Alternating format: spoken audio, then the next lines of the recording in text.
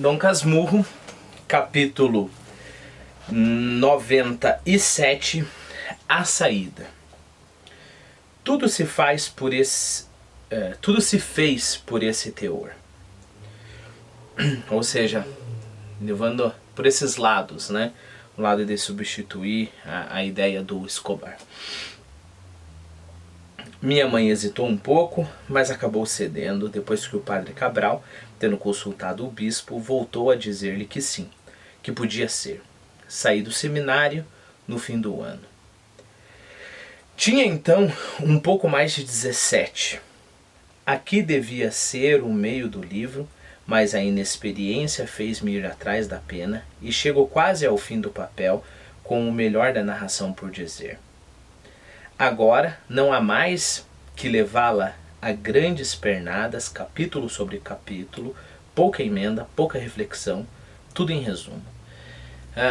Eu lembro que a primeira vez que eu li o Dom Casmurro, eu tive bem essa impressão, assim, sabe? É interessante porque esse capítulo fala explicitamente o que vai acontecer, só que quando eu li pela primeira vez, eu li como, né, só correndo as páginas, muita coisa que eu não entendia, ou muita coisa que parecia... ele está falando aqui sobre escrever livro, então vamos lá. Eu não parava para fazer essa digestão, né, para mastigar bem como a gente está fazendo aqui. Então eu tive, na verdade, uma percepção no final do livro que esse próprio capítulo diz o que é.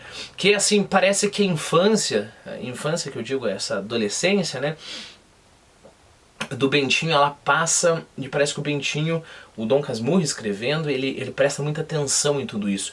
E aí parece que a partir de agora as coisas vão correndo, uma coisa vai acontecendo e você dá a impressão assim que ele quer terminar logo o livro. É como se o primeiro beijo, a capitu, os primeiros encontros, o suspense de se eles iriam ficar juntos, isso fosse o mais importante. E agora o que ele quer é simplesmente terminar a narrativa. Perceba que é isso que ele nos está falando explicitamente aqui, né? Então acho que vale a pena voltar e vamos digerir isso que eu não digeri a primeira vez que eu li o Dom Casmurro. Tinha então um pouco mais de 17. Aqui devia ser o meio do livro, mas a inexperiência fez-me ir atrás da pena. Minha primeira pergunta é: como assim ir atrás da pena? Resposta? Bom, ir atrás da pena é simplesmente seguir as suas digressões. Lembra da história lá do panegírico de Santa Mônica? Você pegou o livrinho, aí o livrinho, ele tá lá com o livrinho na história dele, e aí o livrinho lembra de uma coisa, de uma teoria, de uma outra coisa, de um outro momento, e ele vai seguindo a pena, né? Ele vai deixando com que a narrativa vá fluindo, né? De forma bem relaxada no sentido de relax, né? Para todos os lados, né? E ele tá falando, olha, isso foi inexperiência minha. E aí é por causa disso que aconteceu isso. Só dando alguns dados para você, a gente está aqui no capítulo 97, correto? Então a gente leu 97 capítulos. O Bentinho tem 17 anos. Ele ainda vai ter a vida inteira pela frente, né? Tem o que vai acontecer com ele, a Capitu, tem o trabalho dele, o filho que ele teve, até quando ele já estava na terceira idade. No entanto, tudo isso... e lembre-se, a narrativa dele não começou quando ele tinha 2 anos de idade. Ele não ficou falando sobre os pais planejando e aí ele era pequeno. Não, a narrativa começou agora há pouco, quando ele tinha 15 anos, né? Então é mais ou menos, um pouquinho mais de um ano aí que ele passou. 97 capítulos.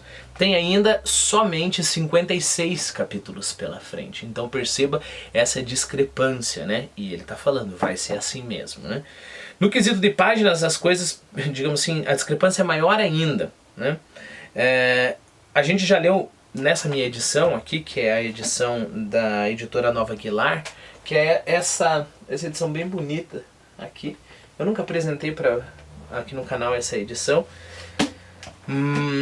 As páginas são bem fininhas, como página de Bíblia, isso eu não gosto muito. Às vezes aparece uma letra do lado se você prestar atenção, aparece a letra que está no outro lado. Mas é só esse o problema, né? O interessante é que a gente tem tudo que o Machado de Assis escreveu nessa edição, né? Então, teatro, crônica, ele escreveu muita crônica, carta, e todos os romances dele também. Bom, digressão que eu faço aqui, né? Mas, no quesito de páginas, nessa minha edição, a discrepância é maior ainda. A gente já leu 96 páginas do livro e a gente só tem 40 páginas pela frente pro resto da vida inteira do Bentinho, né? E para conclusão e tudo mais. Uma outra coisa que eu achei interessante e eu gostaria de comentar com vocês, ele fala o seguinte: a inexperiência me fez ir atrás da pena, né?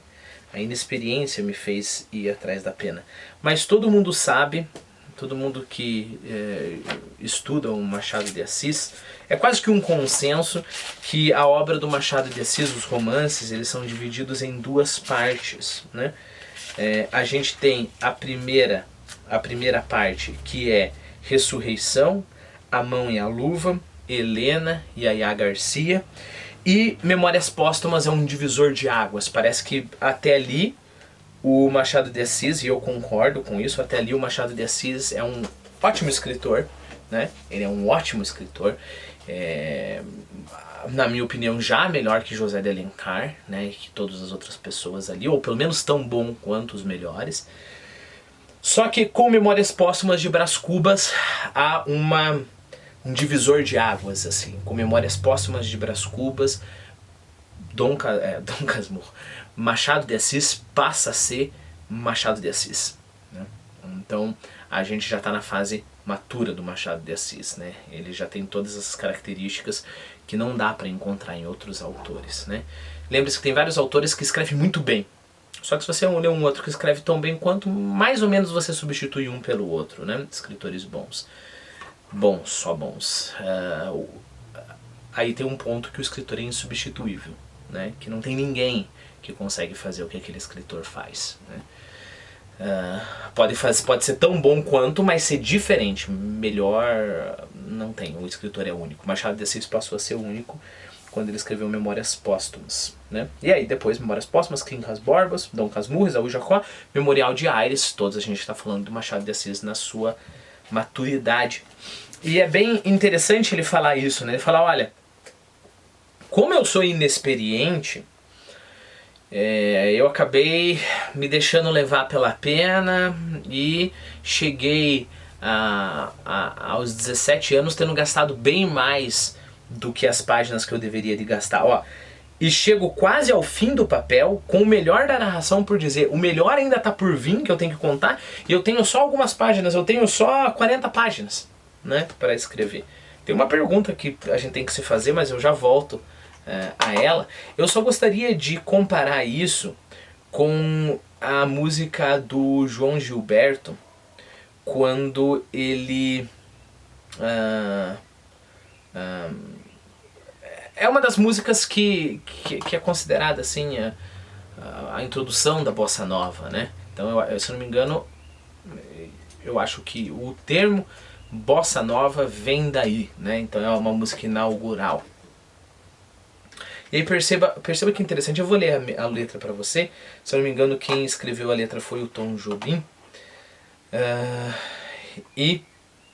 Tom Jobim. Newton Mendonça também.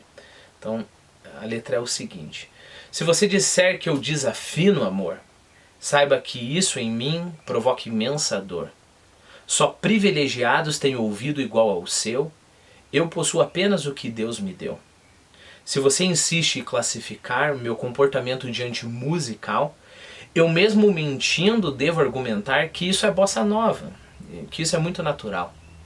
O que você não sabe nem sequer pressente é que os desafinados também têm um coração. E aí ele continua. Perceba que aqui, né, o João Gilberto, ele simplesmente está indo para um outro nível de afinação, né? Eu ouvi alguns vídeos no YouTube, o pessoal que entende muito de música, eu entendo pouquíssimo, mas falando que é um outro parâmetro de afinação, né? Por causa disso que a bossa nova se tornou comum no mundo inteiro, nos Estados Unidos também, etc, né?